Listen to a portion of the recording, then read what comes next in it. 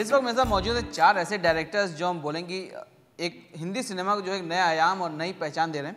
आप सभी का बहुत स्वागत है। Thank you thank you thank you. सबसे पहले बात करते हैं बॉम्बे टॉकीज़ की। करण, आपसे सबसे पहले पूछें, बॉम्बे टॉकीज़ किस तरह की फिल्म? देखिए 4 फिल्में हैं बॉम्बे टॉकीज़ में, 4 शॉर्ट फिल्में हैं, तो एक ही फिल्म में आपको 4 निर्देशक का काम देखने को मिल जाएगा। तो ये 4 शॉर्ट स्टोरीज है, अलग अलग कहानियाँ हैं, अब बिल्कुल लिंक्ड नहीं है एक दूसरे से, अलग अलग कहानियाँ हैं, लेकिन फिर भी जब आप देखोगे तो ऐसा लगेगा कि एक एक्सपीरियंस आपने पाया है। तो दिबाकर की एक कहानी है, जोया की एक कहानी है, मेरी एक कहानी है और अनुराग की एक कहानी है। तो बॉम्बे टॉकीज़ जो है हम सेलिब्रेट इसीलिए कर रहे हैं। आप पूछेंगे कि 100 years ऑफ सिनेमा में क्या होगा इसमें? कुछ नहीं होगा actually. There is no history of Indian cinema in these 4 films, लेकिन कहीं ना कहीं हर फिल्म में छुपी there is some kind of attachment to Hindi cinema और Indian cinema in some way और द अदर। जोया, आपकी कहानी क्या है फिल्म की? मेरी कहानी एक 8 साल के लड़के के बारे में है जो बड़ा होकर डांसर बनना चाहता है और उसकी रोल मॉडल है और या उसका ड्रीम है कि वो कटरीना जैसे डांस करे। कटरीना उस लड़के की? जी। अनुराग, आपकी? एक लड़का है जो इलाहाबाद से आया है, जो अमिताभ बच्चन से मिलना चाहता है और किस तरह से मिलने की क्या क्या कोशिशें करता है। वो हर चीज़ ज़मीन आसमान एक कर देता है, वो मिल पाता है कि नहीं मिल पाता है। सस्पेंस स्टोरी है। अनुराग, जब आप चले थे अपने घर से तो क्या ख्वाहिश थी बच्चन साहब से मिलने की? ख्वाहिश तो थी, बिल्कुल थी। जिस हमने देखा, जो उसमें जो प्रोमोज में देखा, बड़ी जद्दोजहद करनी पड़ी बच्चन साहब से मिलने के लिए। आपने भी करी कभी? नहीं, मैंने जद्दोजहद नहीं की, हाँ, लेकिन मैं होली के टाइम प्रतीक्षा के बाहर खड़े होकर लोगों को अंदर जाते हुए देखता था, सोचता था कोई तो मुझे बुला ले। दिबाकर, आपकी कहानी क्या है फिल्म की? मेरी कहानी है एक ऐसे इंसान के बारे में जिसको एक चांस मिलता है अपना टैलेंट दिखाने के लिए, बस एक चांस मिलता है और वो शायद मन ही मन अपने आप को अच्छा एक्टर समझता है, लेकिन बाहर से वो ना सिर्फ फेल्ड एक्टर है, वो फेल्ड इंसान भी है। और ऐसे एक इंसान को सक्सेस का एक चांस मिलता है और उसके बाद हम देखते हैं उसके साथ क्या होता है। तो ये वैसी कहानी है। मानते हैं इंडस्ट्री में सिर्फ एक ही चांस मिलता है? नहीं, इंडस्ट्री में मतलब सबसे बड़ी बात तो ये है कि चांस कोई आपको देता नहीं है, चांस लेना पड़ता है। तो मेरी फिल्म भी उसी के बारे में है कि अगर आप बैठे रहे यहाँ पे ऐसे करके खोल के भैया आओ मेरे को चांस दो और मेरा हुनर पहचानो, ऐसा नहीं होता है। आपको देखना पड़ता है कि कहाँ पे मौका है और किस मौके पे आप घुस के अपना हुनर दिखाएं, जैसे मैं इसमें घुसा हूँ, जैसे मैं बॉम्बे टॉकीज़ में। करण, मानते हैं कि इंडस्ट्री में वाकई में चांस मिलना बहुत मुश्किल, खासतौर से इस्टेब्लिश डायरेक्टर्स, इस्टेब्लिश बैनर्स में? हाँ, yeah sorry, I don't know, I am not focusing. हाँ, जी वाकई I think it's destiny based, a lot of things are, लेकिन बहुत मेहनत करनी पड़ती है टू काइंड ऑफ। ऐसा नहीं कि किसी की एक सक्सेस कहानी जैसे अनुराग की है या दिबाकर की है तो ऐसी यही कहानी सारे बताएंगे, क्योंकि मुश्किल होता है। बहुत सारे टैलेंटेड लोग हैं जिनको अपॉर्चुनिटी नहीं मिलती, जिनको मौका भी नहीं मिलता कि वो अपना टैलेंट किसी बड़े पर्दे पे या किसी भी मंच पे पेश कर सके।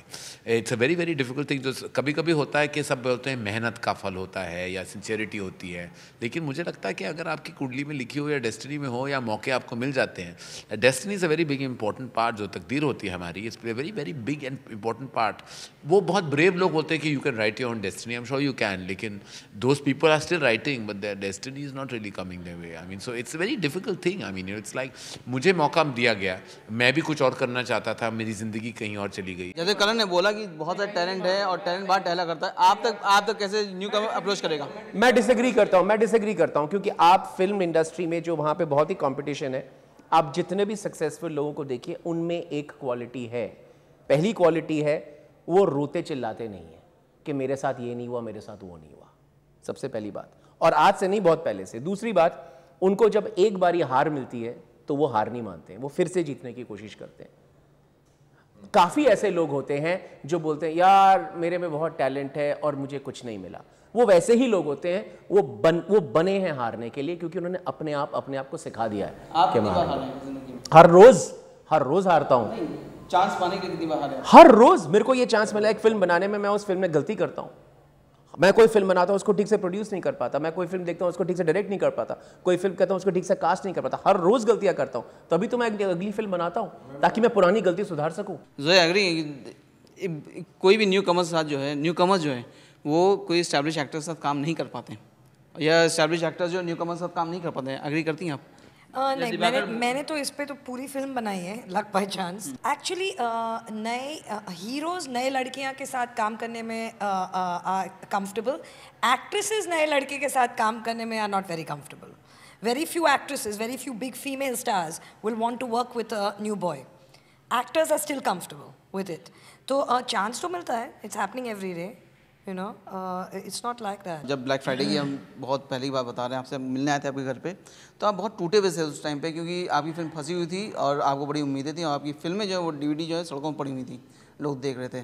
तो आप भी उस दौर से गुजरे हुए हैं, क्या कहना चाहेंगे आपकी वाकई में इतना आसान है टूट के ऊपर आ जाना? ये हर कोई इंडिविजुअल के ऊपर डिपेंड करता है। मैं कम्प्लीटली एग्री करता हूँ सब, जोया से भी और दिवाकर से भी और करण से भी, कि ऐसा नहीं होता है। मेरे बहुत सारे मेरे साथ के लोग जिनसे मैंने सीखा है, वो आज बड़े बड़े मुझे देखते हैं, यार अब तो कुछ कर दे। वो लोग वेट करते रहते हैं, मैंने किसी को मूव करते हुए नहीं देखा है। वो लोग वेट करते रहते हैं कि कोई आके उनके हाथ में सब कुछ रख दे। ऐसा होता नहीं है, ऐसा बिल्कुल नहीं होता। मेरे बहुत सारे दोस्त हैं, आज उनके अंदर इतनी कड़वाहट भर गई है, वो पूरे सिस्टम को गालियां देते हैं। और मैं उनको हमेशा बोलता हूँ, फ्रस्ट्रेशन है अंदर ये वो, और जबकि वो टैलेंटेड भी हैं, लेकिन वो कभी अपने कंफर्ट जोन से उठेंगे नहीं, और हमेशा एक पीयर प्रेशर रहता है। और ये खास तौर पे मालूम है कि इनके साथ रहता है। मैंने देखा है जो ज़्यादातर फिल्म स्कूल के डायरेक्शन स्टूडेंट्स होते हैं, वो उसमें फंसे हुए हैं। आप मानते हैं कि नए लोगों पे दांव खेल सकते हैं आप? बिल्कुल, आई थिंक यही दौर जो शुरू हुआ है 3 या 4 सालों से, आई थिंक ये कंटिन्यू होगा और होना चाहिए। इवेंचुअली ये स्टार सिस्टम पे डिपेंडेंस बहुत हेल्दी नहीं है हमारे लिए as a cinema, and we have to create new talent, कि नए एक्टर्स, नए टेक्नीशियंस, नए लोग, नए आइडियाज़। इट्स वेरी इंपॉर्टेंट कि हमारी जगह, हम जो मैंने किया स्टूडेंट ऑफ द ईयर के साथ, वो फिल्म तो मैंने बनाई थी as a time pass, happy musical picture. मैं कोई सिनेमा माउंटेन को क्लाइम नहीं करना चाहता था उस फिल्म के साथ। I wanted to have fun making, लेकिन more importantly to launch new talent, to bring new faces.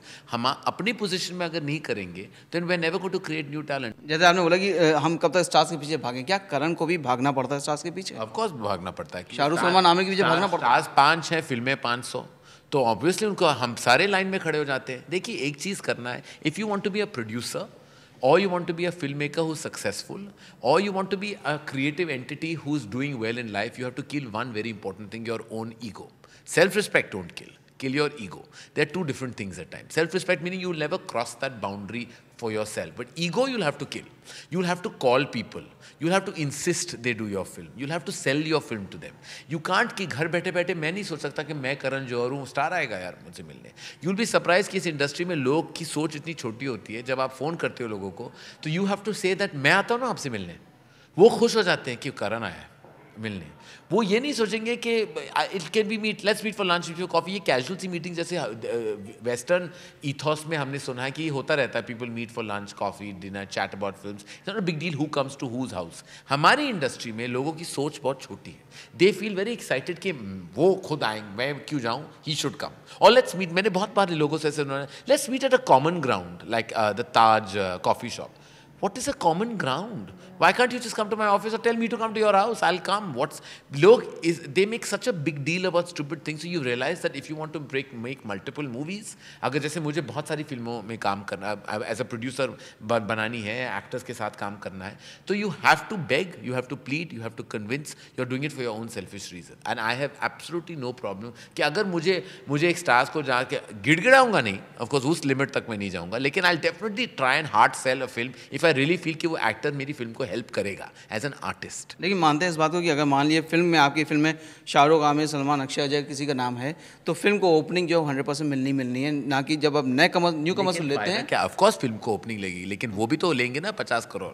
Film को ओपनिंग मिलेगी, आपने फिर बेचा भी बड़े दाम पे, लेकिन वो परसेंटेज लेंगे, पैसे लेंगे, तो आपके बनेंगे जो पैसे, वो आपको वही पैसे बनेंगे जो आपको एक छोटी फिल्म में आप बना सकते हो with a new talent. You can make the same amount of money with a small film that you can make with a big star. Now you choose. Do you want to go through that process? क्या बड़े star को आप ले रहे हो, पैसे दे रहे हो, बजट के साथ बना रहे हो, प्रमोट करने के लिए 20 करोड़ और डाल रहे हो, और आपको बन रहे हैं 5 करोड़। वही 5 करोड़ आप बना सकते हो if you take a younger actor and make a really good film without going through this process. Exactly. लेकिन आप, इसका मतलब ये है कि आप जो है इंडस्ट्री को और जनता को, मतलब नए टैलेंट, नए शाहरुख, आमिर, सलमान की जगह लोगों को नहीं देखिए, खड़ा करने विदाउट टेकिंग अवे ये जो सितारे की बात कर रहे हैं आप, आमिर, शाहरुख, सलमान, अजय, ये बहुत रिस्पेक्ट है मेरे दिल में उनके लिए, and I want to work with all of them as actors. It's reach the point कि now I want to work with them as actors. अभी प्रोजेक्ट बनाने के लिए, बेचने के लिए, जस्ट फॉर प्रोफाइल बिल्डिंग के लिए दे आर इंपॉर्टेंट. कुछ फिल्में ऐसी होती हैं जो आपकी कंपनी को वो थोड़ी उठान देते हैं, लेकिन जो रियल रिस्पेक्ट आपको मिलता है वो उन छोटी फिल्मों से मिलता है, जो वो अलग कहानियों से मिलता है, जो एक्चुअली आप एक मीडियम बजट पे बना सकते हैं. असल में वो respect is what I am really wanting and chasing, which I don't have. Anurag ने इस पर बहुत रिसर्च भी किया और बहुत ही हम बोलेंगे इन्होंने बहुत रिस्क भी उठाया है न्यू कमर्स के साथ. नहीं, मैंने तो रिस्क नहीं उठाया. आई थिंक रिस्क उठाने का रिस्क ज़्यादा करण उठाता है simply because he is got more to lose. मैंने तो उस स्टेज पे किया जब I had nothing to lose. See क्या होता है कि आपके पास ऑप्शन नहीं है, तो हमारा रिस्क होता है, डेफिनेटली होता है, लेकिन मेरे रिस्क का मार्जिन उतना बड़ा नहीं होता है क्योंकि मेरे बजट्स लिमिटेड है, सब लिमिटेड है. तो हम लोग इस दो जगहें होती हैं. जैसे किसी से मैं एक दिन बात कर रहा था, जब होता है ना शुरू में जब एंग्स्ट होता है आपके अंदर, आज से 13 साल पहले 2000 में जब मैंने 5 बनाई थी कि ये स्टार सिस्टम बकवास है, मैं बिना स्टार के फिल्म बनाऊंगा. 5 बनाई थी सारे न्यू कमर्स के साथ. उसके 1 साल बाद मेरी बेटी पैदा हुई. आज 13 साल बाद मेरी बेटी 12 साल की है. तो जिनसे मैं 13 साल पहले नफरत करता था, मेरी बेटी वही है ना, स्टार किड. आपका पर्सपेक्टिव बदलता रहता है लाइफ में. हाँ, और उसके बाद क्या हो जाता है कि आप जब देखते हो चीज़ों को, मैं आज बहुत अच्छी तरह मानता हूँ, आज अगर 5 रिलीज़ हो गई होती, मैं सेम अनुराग नहीं होता. मेरे को 5 रिलीज़ होने के बाद मैं दूसरी फिल्म साइन करने जाता हूँ, Sanjay Kapoor, Sunil Shetty starring with Boney Kapoor. I was about to sign it. 5 release नहीं हुई, वो हुआ नहीं, आपको चांस नहीं मिला. मेरी जर्नी अलग हो, नहीं मेरी जर्नी अलग हो जाती. मेरे हिसाब से इस रूम में जो सारे जो बैठे हुए हैं उन सब की एक मिसाल है उनकी फिल्मों में कि उन्होंने 1 या 2 एस्टैब्लिश स्टार लिए या नहीं लिए फिल्म में, लेकिन उनके साथ काफ़ी नए चेहरे दिखाए. और ये सब जो इस कमरे में 3 एक्टिव प्रोड्यूसर्स हैं, एक डायरेक्टर है, लेकिन चारों ही डायरेक्टर है और सब ने वो चीज़ की है.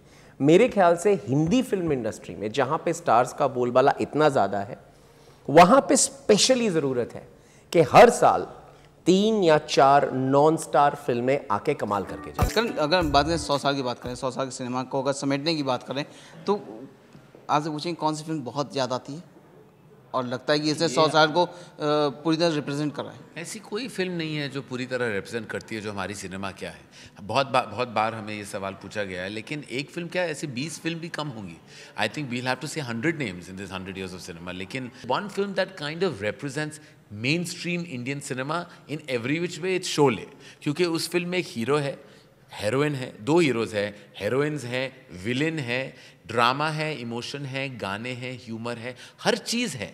एक ऐसा होता है कि एक मॉल है, शॉपिंग मॉल है शोले, लिटरली, जहाँ हर किस्म की चीज़ आपको मिल जाती है. जो आप चाहो वो आपको उस शॉपिंग मॉल में मिल जाती है. कल एक चीज़ और पूछेंगी, जैसे एक दौर था, जैसे दिलीप साहब, राज जी, फिर शम्मी जी या बच्चन साहब, धर्म जी, ये एक नाम आते चले गए एरा के साथ साथ.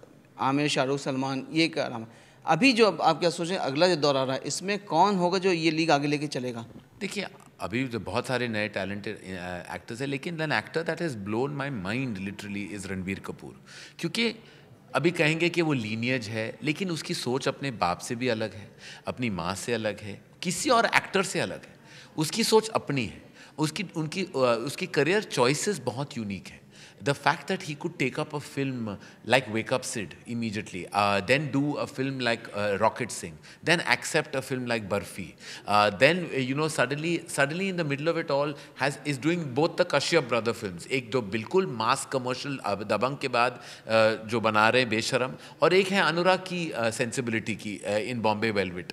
तो उसकी चॉइसेस बहुत अलग है. वो हाँ कहता है only on the basis of his gut. Anurag, आपसे पूछेंगे कि आपकी फिल्म में बच्चन साहब के ऊपर एक सॉन्ग है, तो क्या कहना चाहेंगे आप लोग सब लोग बच्चन साहब के ऊपर? Biggest superstars we ever had. और उन्होंने एक पूरा 70s में जो मिडिल क्लास एंग्स्ट को उन्होंने स्क्रीन पे उसके फेस बने थे, वो एंग्स्ट के ओरिजिनेटर जो थे सलीम जावेद थे, और उस एंग्स्ट का फेस अमिताभ बच्चन थे. And together they impacted people across the country. तो उस तरह का इम्पैक्ट आई थिंक कई सालों में हुआ नहीं. वो उसके बाद जो है वापस उस तरह का एक इम्पैक्ट हुआ था, रोमांटिक इम्पैक्ट शाहरुख खान का, जब उसने ऐसे किया था. And I am saying those are the 2 impacts we have had in terms of last 40 years. I think that Bachchan साहब के बारे में यही मैं कहूँगा कि उनकी जो कंसिस्टेंसी है, it's legendary.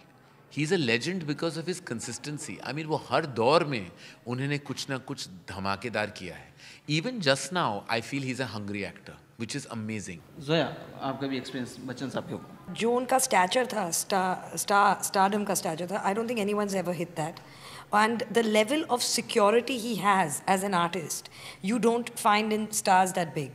He has done any kind of role. You see films like Majboor and all, you're just like, Mike, he's fantastic in it. Superstar बनने में बहुत टाइम लगा था. आज हम बोलते हैं सुपरस्टार तो आज हमको दिख जाता है, उसके पीछे जो वो किसी को याद नहीं. पहली बात तो ये, दिस इज मिसाल कि आप हारे जीते कुछ भी हो सकता है. दूसरी बात, बच्चन का जब करियर देखते हैं हम 70s में उनका देखते हैं तो वो जंजीर दीवार भी कर रहे हैं, लेकिन अमर अकबर एंथनी में कॉमेडी भी कर रहे हैं.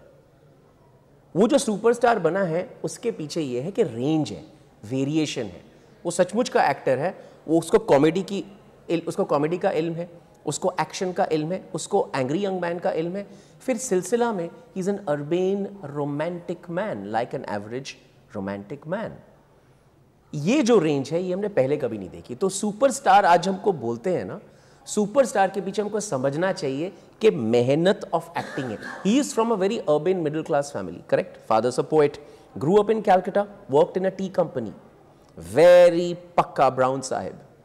तब जाके वो जब दीवार और कुली जैसी फिल्मों में काम करते हैं तो पता चलता है कि कहां से कहां वो अपना वेरिएशन कर.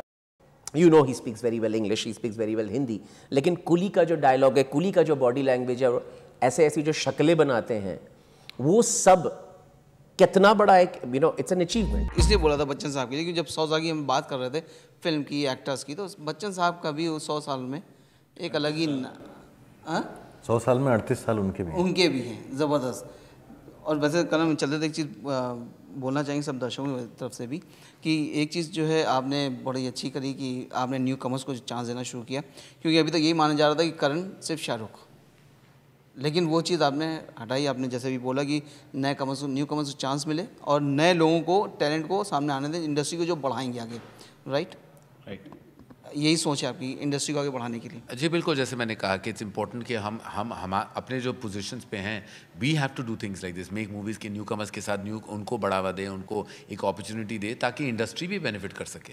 Like you know that everybody, आज जैसे सारे एक्टर्स, जैसे अनुराग दिबाकर हो या टेक्निकल टीम हो या एक्टर्स, उनके साथ जितने काम किया है, सबको बहुत काम मिल रहा है. आफ्टर दैट जिस तरह दिबाकर ने प्लेटफॉर्म किया है, सो मच यंग टैलेंट, उसके बाद राइटर्स हो या एक्टर्स हो, they are all active and working today.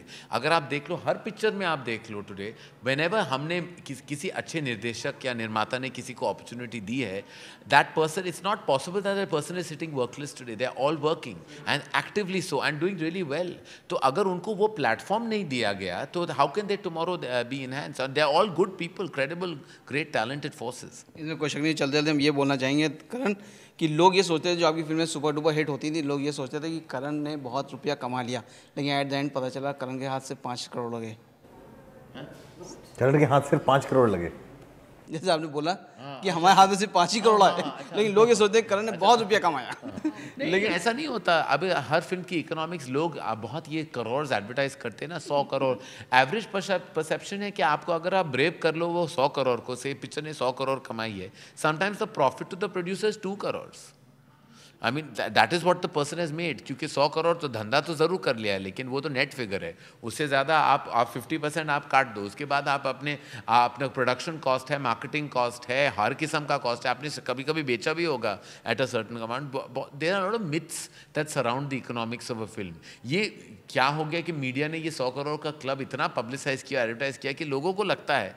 अभी मेरी खुद की फैमिली में जब मेरी पहली फिल्म रिलीज़ हुई, दूसरी फिल्म कभी खुशी कभी गम, मेरी जो पिताजी की फैमिली थी, बड़ी बहन जी थी, वो अपनी डेथ बेड पे थी. I remember she was 90 years old, my father's Elder sister. And कभी खुशी कभी कुछ एडवर्टाइज आया था कि 50 करोड़ बनाया उसने कहीं. तो शी थॉट कि 50 करोड़ हमारे घर आए. तो शी सेड इतने सारे पैसे बनाए. And she looked at her family and said इनको 2-4 दे दो. तो my father looked and said कि लड्डू हैं जो मैं उनको दे दूं, कहाँ से आए ये पैसे? So it is like the whole perception is कि ये जो एडवर्टाइज होता है 100 करोड़ बनाए तो कि 100 करोड़ घर में आए, बिल्कुल नहीं आए. उसका 1/10 भी नहीं आया कभी कभी. You know it's not possible that somebody makes that kind of money unless it's been few experiences. 2-3 ऐसे फिल्म हैं, जैसे आप 3 इडियट्स देख लो, जिसकी success was a big part of it is the bravery of the film makers. कि उन्होंने picture बनाई, वो जानते थे वो ग्रेट पिक्चर है, कमर्शियल होगी, उन्होंने सारे राइट्स अपने पास रखे, कंट्रोल कॉस्ट पे बनाए और पूरे राइट्स अपने पास परसेंटेज पे रखे हैं. They given it only on commission. तो उस किस्म की ब्रेवरी मस्ट बी अवॉर्डेड. वरना लोग क्या होते हैं, बनाते हैं बड़ी पिक्चर फिर बेच देते हैं, फिर जो उनको मिला है वही तो रहता है बैंक में, उससे ज़्यादा तो नहीं मिलने वाला. तो very few films I would say like 3 Idiots is one example, maybe 1 or 2 other films which I don't know technicalities that have made beyond 30 crores और 40 crores ऑफ प्रॉफिट. वरना let me tell you, average जो आप बनाते हो हर picture में वो 5 to 10 के range में होता है, उससे ज़्यादा नहीं होता है. एक्टर्स फिल्म पैसे बनाते हैं और दैट्स अबाउट इट. लेकिन आप लोग की यही बहुत बड़ी बात है कि दर्शक जो है आप लोगों के काम को, आपके नाम को इतना ज़्यादा सराहते हैं और हमें पूरी उम्मीद है कि आप लोगों का ये काम जो है ऐसे ही दर्शकों को आगे भी देखने मिलेगा. बात करने का हमसे बहुत बहुत शुक्रिया आप लोगों का. Thank you.